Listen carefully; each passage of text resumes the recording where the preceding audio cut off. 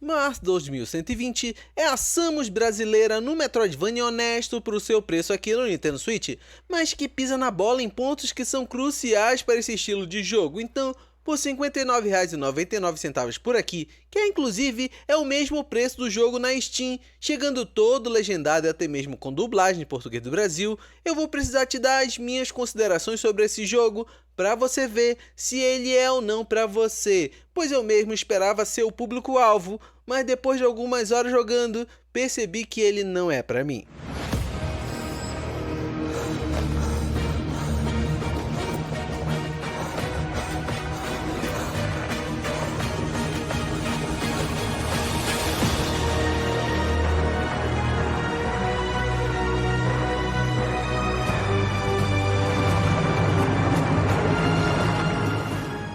Primeiro, vamos falar de performance, já que no Nintendo Switch ultimamente vivemos extremos, onde jogos chegam incríveis e outros desastrosos. Nesse caso aqui, ele é honesto, tem reduções gráficas nos efeitos visuais, texturas, etc, mas te dá a resolução adequada para o portátil ou TV sem quedas de quadros. Então, do início ao fim do que joguei, não presenciei problemas na performance, exceto os loads do começo que são bem demorados. Mas, fora ele, os loads do meio da jogatina são mais ágeis, então você não ficará nas telas de loadings depois que começar a jogar.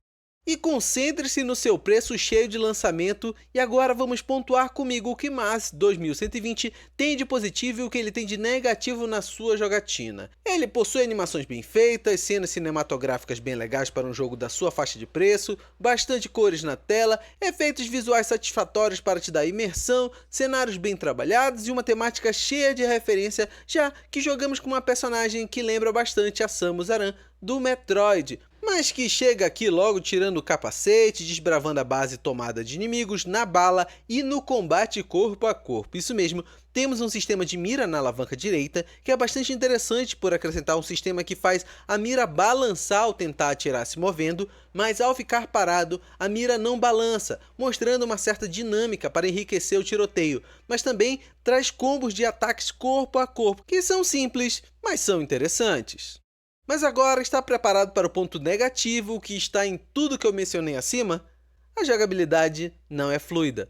Como se a ação da tela fosse feita para um personagem com maior tempo de resposta do que a nossa personagem consegue acompanhar.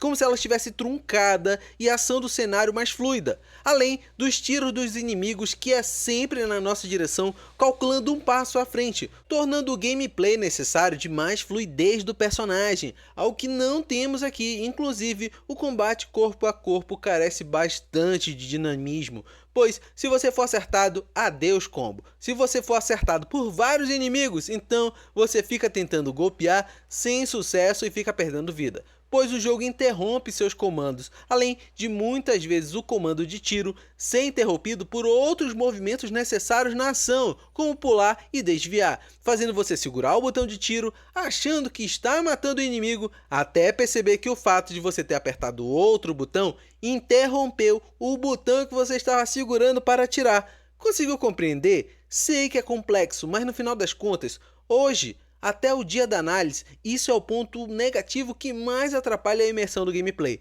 pois o jogo tem potencial. Possui entre 8 e 10 horas de campanha, algo muito aproximado do Metroid Dread, por exemplo, mas com o gameplay assim, não diverte agora, sendo que jogos atualmente passam por atualizações e podem melhorar. Eu mesmo joguei antes do lançamento e encontrei outros problemas que eu não mencionei aqui, como a esquiva que não estava funcionando, mas que foi arrumado na versão 1.0.2, então talvez no futuro eles arrumem isso e melhorem.